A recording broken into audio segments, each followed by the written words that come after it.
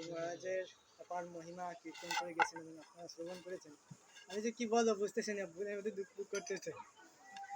কারণ শিল প্রভুপাদকে যখন কোনো শিষ্য বলতো যে শিল প্রভুপাদ আপনি একটু আপনার গুরু মহারাজের মহিমা বর্ণনা করুন, তখন শিল প্রভুপাদ বলতেন যে আমার গুরু মহারাজ হচ্ছে বৈকুণ্ঠের বাসিন্দা, আমি তার মহিমা কি বলবো। আর আমি তো কোন পিপিলিকা, বালুকণার ক্ষুদ্র ক্ষুদ্র ক্ষুদ্রাংশ। আমারও পরমারাধ্য শ্রী শ্রীমৎ জয়প্রকাশ স্বামী গুরু মহারাজ হচ্ছেন বৈকুণ্ঠের বাসিন্দা। কেন বলতেছি আমি যে গুরু মহারাজ বৈকুণ্ঠের বাসিন্দা, তার একটা ছোট্ট প্রমাণ আমি দিব, যেটা আমার হচ্ছে নারগোপাল চোর শ্রীমুখ থেকে শ্রবণ করে।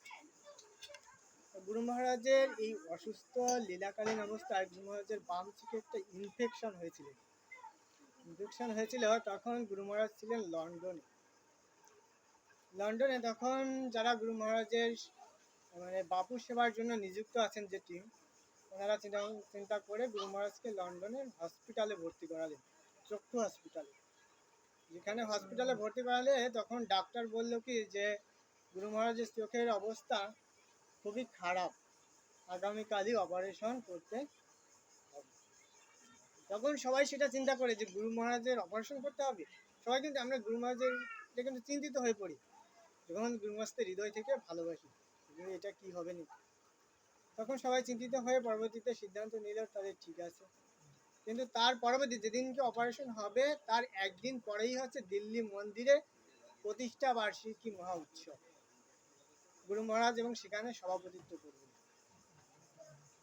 তখন ডাক্তারকে সেটা জানানো হলো যে গুরু মহারাজের এরকম একটা প্রোগ্রাম আছে, সেই প্রোগ্রামে তো গুরু মহারাজকে অবশ্যই যেতে হবে। তখন ডাক্তার পুরো একদম না বলে দিয়েছেন যে না, এই সময় গুরু মহারাজ কথা বলতে পারবেন না, চলাফেরা করতে পারবেন না। কারণ চোখ হচ্ছে শরীরের একটি খুবই গুরুত্বপূর্ণ অংশ। তখন এটা বলার পরে গুরু মহারাজ বলছে যে ঠিক আছে, ওদের অপারেশন হোক। তারপরে অপারেশন শেষ হলো একদিন পরে। তখন গুরু মহারাজ ডাক্তারকে বলছেন আমি শুধু দিল্লি মন্দিরে যাব, আপনি যদি আমাকে শুধু অনুমতি দেন, আমি কিছু বলবো না। মানে গুরু মহারাজ তো জানেন যে শিশুসুলভ আচরণ। গুরু মহারাজকে যখন প্রসাদ পায় তখন গুরু মহারাজ বিভিন্ন লীলা শুনতে চান, গৌরাঙ্গের এই লীলাটা বলো তাহলে আমি প্রসাদ পাবো, এরকম কিন্তু গুরু মহারাজ শিশুসুলভ আচরণ করে। তখন সেই শিশুসুলভ ভাবে তখন হচ্ছে কি গুরু মহারাজ এতটা অনুনয় বিনয় করলো, তখন ডাক্তার নিজে রেগে গিয়ে বললো যে ঠিক আছে। এখন যারা হচ্ছে গুরু মহারাজের সেবায় যুক্ত আছেন তারা সবাই দিল্লি মন্দিরে নিয়ে যাওয়ার ব্যবস্থা করেন গুরু মহারাজকে। এবং দিল্লি মন্দির বলেছে অনেক উঁচু, মানে অনেকগুলো সিঁড়ি ভাঙতে হয়, অনেক উপরে। তখন গুরু মহারাজকে সেখানে নিয়ে গিয়ে হলো। এখন সবাই তো জানে যে গুরু মহারাজ আসবে। আমরা যদি গুরু মহারাজ বাগেরহাটে আসে তাহলে কি সব ভক্তরা এসে উদ্গ্রীব হয়ে বসে থাকবে না? তখন গুরু মহারাজ আসবেন। এর মধ্যে যখন খোলা মন্দিরে হচ্ছে কি দীক্ষা অনুষ্ঠান হলো, দীক্ষার্থীরা সকল মানে গুরু ভ্রাতারা বৈষ্ণবরা সবাই উদ্গ্রীব হয়ে বসে কখন গুরু মহারাজ আসবেন। 15 মিনিট পর বলে এই গুরু মহারাজ আসতেছেন, সবাই হরি বল মানে গুরু মহারাজ আসতেছেন না, একটু দেরি হবে। এরকম সবাই উদ্গ্রীব হয়ে বসে রয়েছে যে গুরু মহারাজ আসবেন, আমাদের উদ্দেশ্যে কিছু বলবেন। আমরা তো দর্শন পেতে চাই, তাছাড়া শুনতে চাই যে গুরু মহারাজের শ্রীমুখ থেকে গুরু মহারাজের বাণীটা, যেটা আমরা সবসময় বাপু সেবা করতে পারি না, আমরা বাণীটা গ্রহণ করে আমরা সেটা চেষ্টা করবো যে পালন করার। এখন সবাই বসে তখন বরাহ বলরাম প্রভুকে বললেন গুরু মহারাজ যে দেখো বরাহ বলরাম, সবাই আমার জন্য কত উদ্গ্রীব হয়ে বসে, তুমি অনুমতি না দিলে তো আমি শুধু পার্থ সারথীকে দর্শন করেই চলে আসবো। তো দিল্লি মন্দিরে ভগবানের নাম হচ্ছে পার্থ সারথী। তখন বললো যে ঠিক আছে, তাহলে কিন্তু কিন্তু প্রবচন দেওয়া যাবে না। প্রভু বললেন যে প্রবচন কিন্তু দেওয়া যাবেই না, আপনি কিন্তু রিকোয়েস্ট করলে এখন শুনবেন। তখন গুরু মহারাজ পার্থ সারথীকে দর্শন করলেন, দর্শন করে এখন সবাই জয়ধ্বনি উদ্ধ্বনি করতেই আছে। তখন গুরু মহারাজ এতটাই মানে আনন্দিত হয়ে গেছেন, উনার আর কোনো নেই। এখন বলতেছে কি যে মাত্র 5 মিনিট বলবো। দেখো তুমি কিছু বলো না আমাকে, মাত্র 5 মিনিট বলবো, 5 মিনিট বলে আমি শেষ করে দিব। তখন গুরু মহারাজ সেদিনকে 45 মিনিট প্রবচন দিয়েছেন।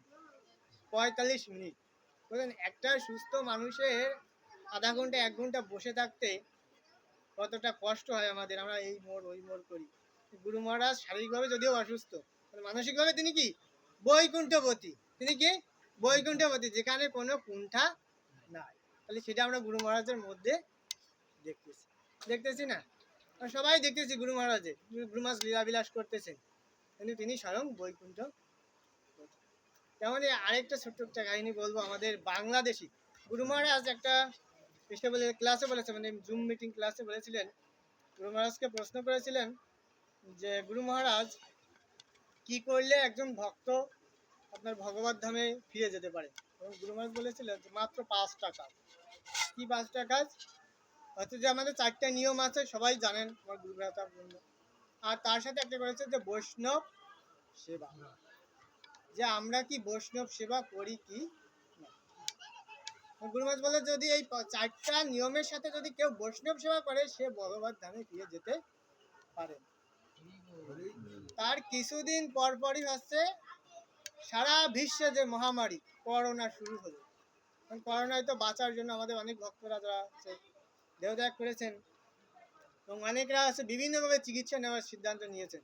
যে তখন করোনার টিকা বের হয়নি, তখন আমাদের মায়াপুরে একজন ভক্ত, যিনি আয়ুর্বেদিক চিকিৎসক, তিনি কিছু আয়ুর্বেদিক ট্রিটমেন্ট দিয়ে মায়াপুরের অনেক ভক্তকে সুস্থ করেছেন। তখন নারুগোপাল প্রভুর মাধ্যমে সেটা গুরু মহারাজকে জানিয়েছেন যে এরকম আমাদের একজন আয়ুর্বেদিক ডাক্তার প্রভু, তিনি ভক্তদের সেবা দিচ্ছেন এবং তার দ্বারা হচ্ছে করোনার মতো রোগ থেকে মুক্ত হচ্ছে। তখন নারুগোপাল প্রভু বললো, তাহলে বাংলাদেশে তো মহামারীটা অনেক, তাহলে মহারাজ বাংলাদেশে কি এটা প্রচার করা যেতে পারে যে এই চিকিৎসাটা নিলে আমাদের স্বামীবাগের ভক্তরা সুস্থ হবে?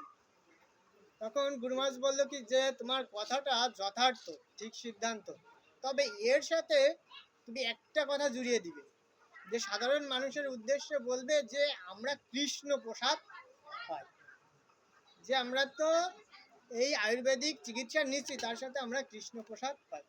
তখন আমাদের যারা স্নেহের ডিভোটি আছেন, জগৎগুরু প্রভু, তিনাকে ফোন দিয়ে যখন জানানো হলো, তখন প্রভু বললেন যে আমাদের তো মুসলিম কান্ট্রি, এখানে যদি ওটা প্রচার করি কোনো সমস্যা হয়, তাহলে আমাদের আরও বেশি করে ধরবে। তখন সেটা আসলে কি সবাই আলোচনা করে, যারা মহারাজ ছিলেন বাংলাদেশে, সবাই আলোচনা করে সেটা সিদ্ধান্ত নিয়ে নারুগোপাল প্রভুর মাধ্যমে আবার গুরু মহারাজকে জানানো হলো। তখন গুরু মহারাজ শুনে আমি সেখান রেগে গিয়েছে, এই তোমরা কি চাও? ওরা কি মানুষ না? ওদের কি বেঁচে থাকার অধিকার নেই?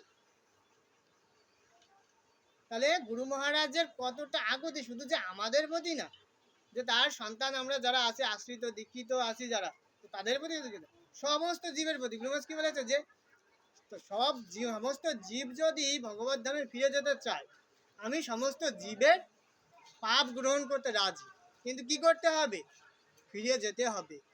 আমরা দীক্ষিত, আমি আশ্রিত, আমি শুভাকাঙ্ক্ষী, কিন্তু ভগবত ধামে ফিরে যাওয়ার জন্য গুরু মহারাজ যে বাণীগুলো দিচ্ছে সেগুলো করতেছি না।